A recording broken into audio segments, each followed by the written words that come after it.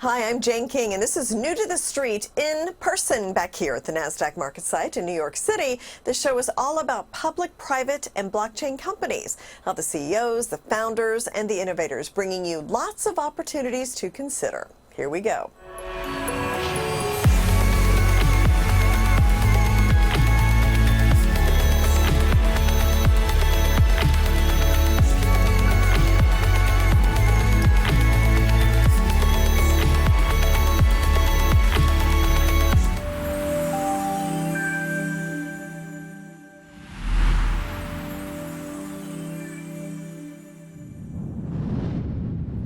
Almost half of the growth in the fast-moving consumer goods industry over the next 3 years will take place in emerging markets. And RedCloud is using generative AI to unlock the future of B2B commerce in these emerging markets. And with me is Justin Floyd, the CEO of RedCloud, and also Stan Mlatac, the CFO. So great to have you here at the NASDAQ. Let's start, Justin. I mean, what do you expect the impact of AI to be on the fast-moving consumer goods market? I think there's three things, Jane. First of all, is the predictability of purchasing patterns at the point of sale between manufacturers of fast-moving consumer goods. So think of everybody from some of the great brands you have here in the US, like Pepsi-Cola, Procter & Gamble, Coca-Cola, for example. These brands want to grow their footprint across Africa, across Latin America. They want as many consumers as possible to enjoy their products. One of the biggest challenges they have, of course, is how do they get those products into the right retailers at the right time at the right price. So generative AI is a way for them to be able to do that. It's a way for them to be able to predict very accurately the kind of right pricing they should be offering, that's going to sell well, enables them to be able to guess inventory, to be able to figure out, or take the guesswork out of inventory actually, and be able to figure out kind of what products can be made available when, and how at the retail level. I mean, across Africa alone, for example, I think there's over 250 million small micro enterprises. These are the people, you've got them here in New York, you've got the kind of local convenience stores, the local kind of supermarket. Yeah, your pizza joint, something like that. Absolutely, right? Yeah. But then you've got other interesting businesses like, the coffee shops, the hairdressers, the barbers, all these places offer, beverages, food, drink as part of their kind of delivery program. And so there's a tremendous opportunity for those brands to grow their footprint into those kinds of retailers and be able to get their products, as I've said, at the right time, the right place, at the right price, which is going to enable consumers to enjoy those brands much more. Yeah, so why should US brands pay attention to these emerging markets? Short answer, $1 trillion. So $1 trillion is the number that Euromonitor have based the emerging market growth for FMCG brands certainly over the next 2 years. And that's really driven by the kind of rise in middle-class consumers, but it's also driven by, to a certain extent, by the rise in internet connectivity. So now suddenly everybody's much more connected, they're much more informed about what's available, not available. I know it sounds extraordinary, but hundreds of millions of people across Africa have never even heard of Pepsi-Cola, believe it or not. For the first time, they're learning about these kinds of great products, and they want these products. They often go to a store and they say, hey, can I buy this great product I've just heard about? I've just seen it on the kind of US news channels, and how do I get it? And the answer is, well, we don't stock it, but we got something else instead. So those brands want to change that, I mean, because this is, when you look at their growth over the next 3 years for any of these kinds of brands, almost with 50% of it coming from those markets is kind of do or die stuff for them. So much potential growth there. Absolutely, yeah. And do or die stuff, because I think if they're not first to market, and they're not able to get in the market very efficiently, it makes it very difficult for them. Yeah. Now, Stan, the company right now is privately funded. Yep. Do you plan an IPO, or where do you want to take the company? Yeah, thanks for the question. So we are privately funded as well as backed by the UK government with their investment arms. And before replying to IPO, I think it's good to set up the scene a bit. So 2022 last year was when we launched our first country, so Nigeria. And it was the sign of hypergrowth. We basically have achieved like 1 billion of trading volume for the month of December, annualized volume. And 2023 is around consolidating in Nigeria while establishing a clear path to profitability. That's key for us. While launching South Africa, Brazil, and Argentina, the idea is as well to launch new products around payments, around financial services, around data and AI, as Justin mentioned, as well as looking to other opportunities. So the US, we had a very interesting conversation here. because our technology, even though we are serving Latin America and Africa for now, is country agnostic. So now, what we are doing at the moment is we're seeking for the right partner in terms of institutional investors, so whether they are private equity or venture capital. And what's key for us is to find the right partner, not only from a money perspective, but from a network and expertise on both sides to benefit from our expertise and their network and vice versa.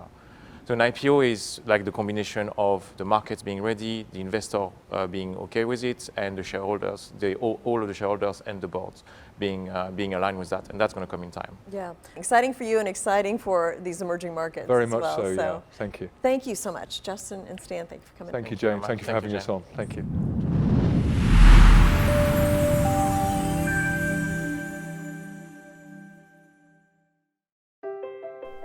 Lameness issues, joint pain, and osteoarthritis can be difficult to treat and debilitating for an animal's health and well-being. Take control of lameness issues and joint pain.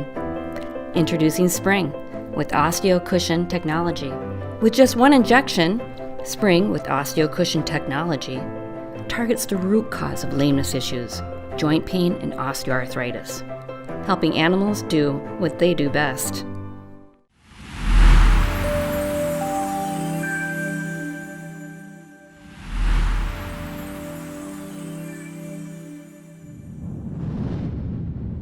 PetVivo has a unique and innovative tool that treats osteoarthritis in animals. And with me is the CEO, John Lai, to explain more about this and also some progress you've made. I guess it's been a couple months since we talked, and there was a recent peer review article that was favorable for your Spring technology. Tell me about that article, who wrote it, what did it say?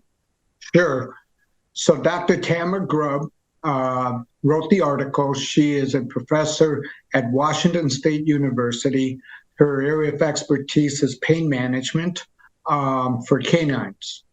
And she's also the president-elect of the International Veterinary Academy of Pain Management, which is a very prestigious organization worldwide. And to our surprise, we didn't know anything about the article that was going in. So it's in today's Veterinary Practice Journal. That's the name of the article, and it's a peer review article. And what it basically stated was naming some of the newer products that are coming out to the market, some of the tools that can go into the veterinary doctor's toolbox.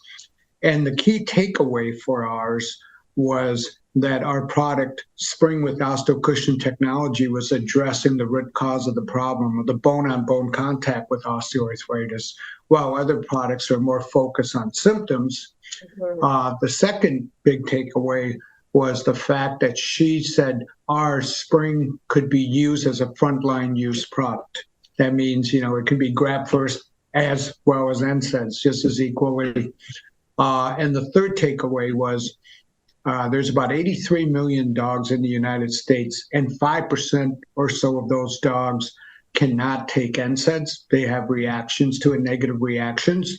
So our product, Spring, is a really good alternative for that. And she will be talking more about that at upcoming conferences, but this was a very good article to have. And this journal only goes to veterinary doctors, so it's going right to our audience that we needed to. Yeah, it was a nice surprise because well, it's going to be interesting. You didn't even know it was coming out. Yeah. And so it's like a totally objective look at Spring and what it's doing. Correct. And I've never talked to her before you even met her. So okay, that's great. So how many clinics are you in now with this product? We recently gave an update to the street that we're over 450 clinics as of June 30th, and we're in 47 states. So that's quite the accomplishment, because I think we had about 50 clinics last September. So we're really making good inroads. And with Dr. Grubb's article, as well as multiple studies coming in September and October, at least 3, that will give further evidence to the efficacy of the product in canines and felines, which are, allows our salespeople to really present data to the veterinary doctors in those fields. Well, that's amazing how many clinics you've added just in less than a year. Yeah, and it's a testimonial to the effectiveness of the product because, it's really hard introducing a very disruptive technology like we have innovative because it's quite the paradigm shift that the veterinary doctors learn. And when you're sending product without the data behind it, even though we have over 3,000 animals doing really well on the product, the veterinary doctors have a tendency to use it on the worst case animals, even though we still have really good results. I mean, the vets that come back and say, wow, John, this is like a miracle product. It's amazing what it's doing. But in their mindset, they automatically put us into the last use category. We tried everything else and nothing else works. So it takes a while, and then they start going, well, I'm going to try it on hip dysplasia 6 months later, and then they go, wow, we get great results here. Yeah. So we find after a year in the small animal side, they start really feeling comfortable, and they'll prescribe it for everything. Yeah, okay. Yeah, there's a comfort level, I guess, that needs to be reached before you can get there. So patience is important. Well, what a great report, John, the article and the growth. So congratulations, and weul see Thank you. Back here. Yeah, and I look forward to getting back into the studio. I've been so busy. I haven't been able to travel to New York. All right. Well, I'm sure we'll see you soon. Yep. Thanks, thank you. Okay.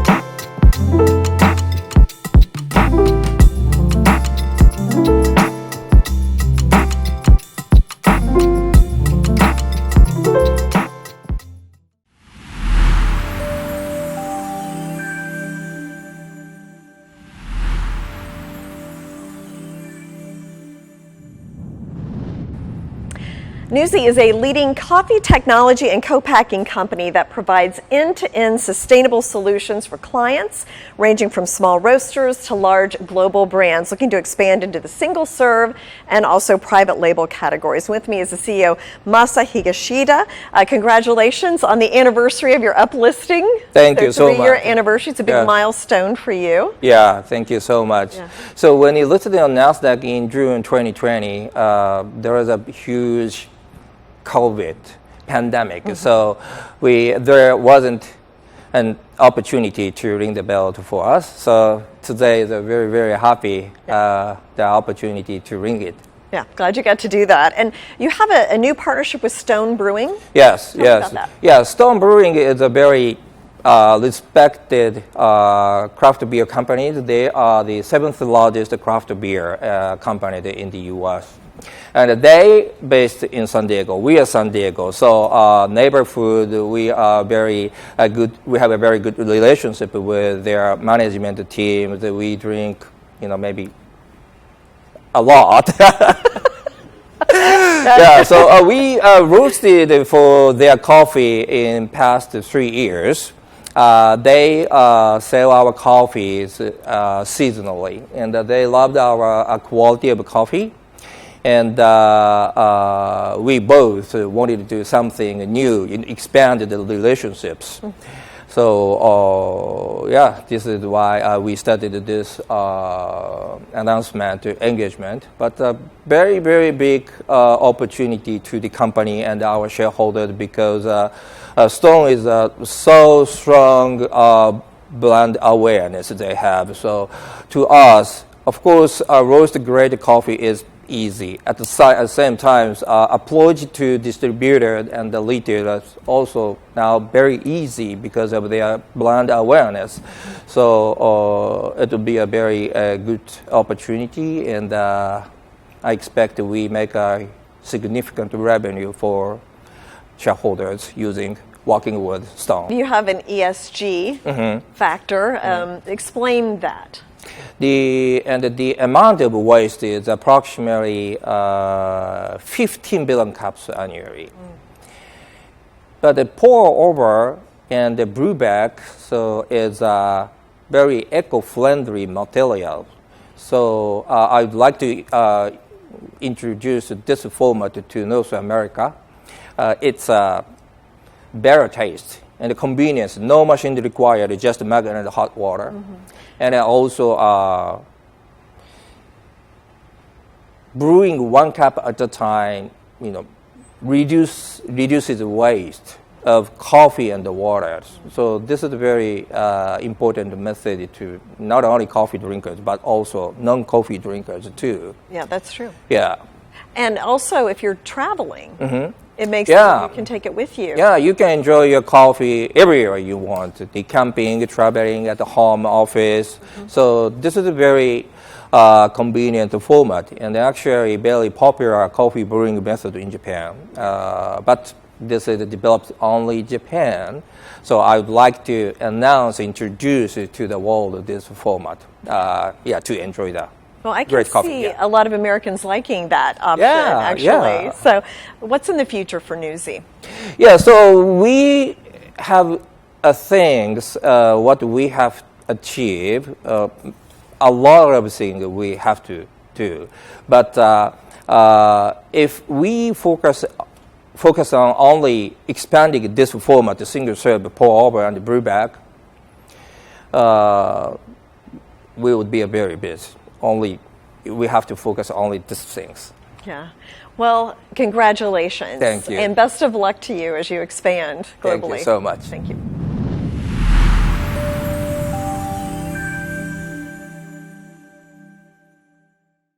Secure, the true solution for your digital privacy and security. Secure is a private and secure messaging and email solution hosted in Switzerland, using proprietary military-grade encryption and Swiss privacy laws, giving you true privacy. Secure doesn't collect or sell your data and doesn't require your phone number or any personal data that hackers target. You can message and email non-secure users privately without the need for others to download Secure. Visit secure.com. Regain and protect your privacy today.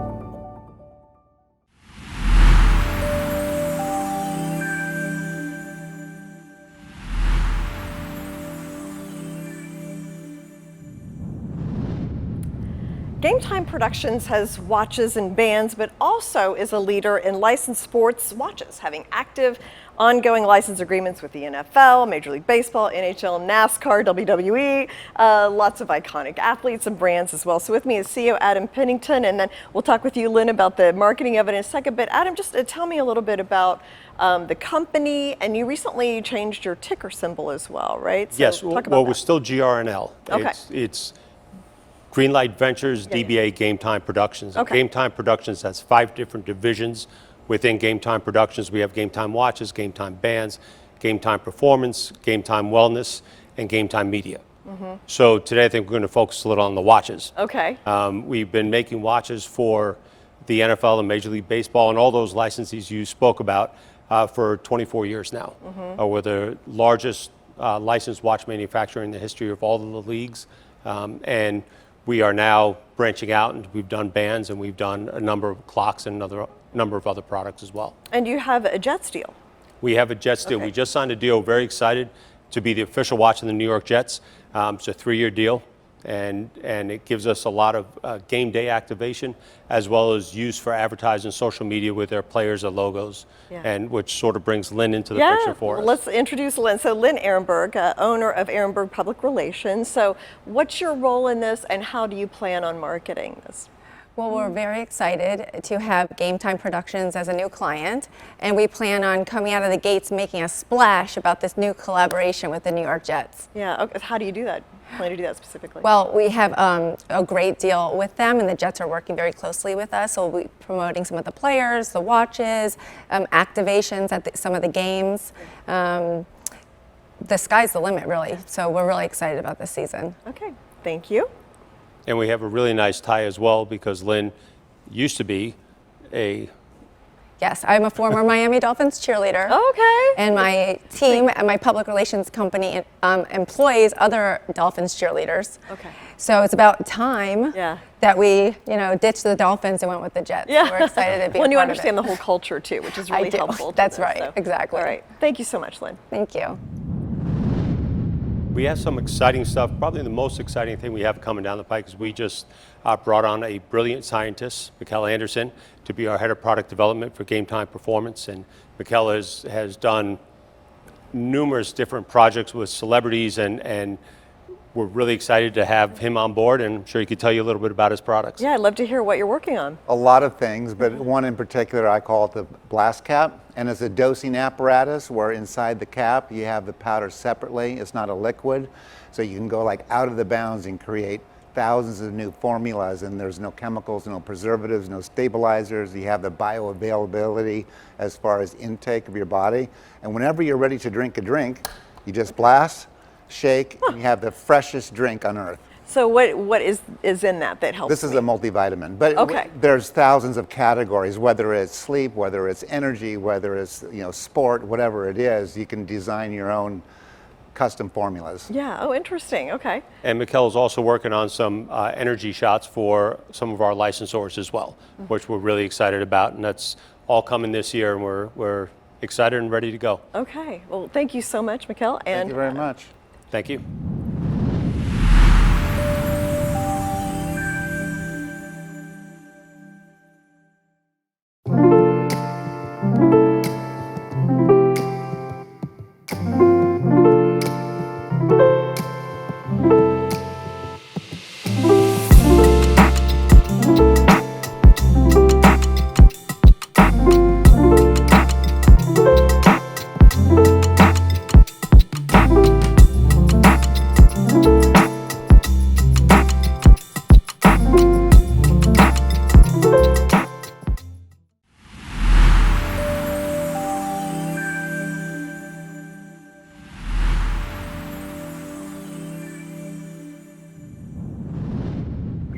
After years of development and market launch setbacks due mainly to COVID, Society Pass has finally launched the paradigm-shifting SOPA loyalty program app.